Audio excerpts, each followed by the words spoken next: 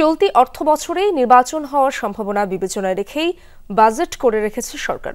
নির্বাচনী বাজেট নিয়ে কার্পণ্য করবে না সরকার। দুপুরে সচিবালয়ে ক্রয় সংক্রান্ত উপদেষ্টা পরিষদের বৈঠক শেষে সাংবাদিকদের প্রশ্নের জবাবে এই কথা জানান অর্থ উপদেষ্টা ডক্টর সালেউদ্দিন আহমেদ।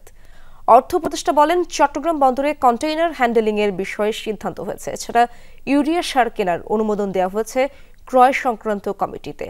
এদিকে বৈঠক শেষে নৌ পরিবহন উপদেষ্টা ব্রিগেডিয়ার সাখাওয়াত হোসেন বলেন, এনবিআর এর কর্মকর্তাদের আন্দোলনের ফলে চট্টগ্রাম বন্দর 3 দিন বন্ধ থাকলেও আমদানি রপ্তানির ওপর খুব বেশি প্রভাব পড়েনি।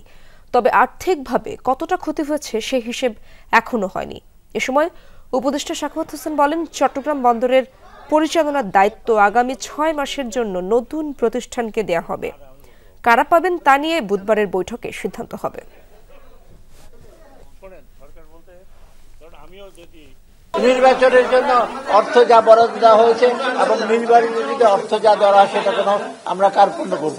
চট্টগ্রাম বন্দরে কন্টেইনার হ্যান্ডলিং করার জন্য একটা আমাদের ইস্যু আছে, সেটা আমরা করছি, কারণ কন্টেইনার হ্যান্ডলিং এর ব্যাপারে একটু ইস্যু হচ্ছে। পোর্ট অ্যাকচুয়ালি বন্ধ ছিল না, আমি বলি আপনাদেরকে।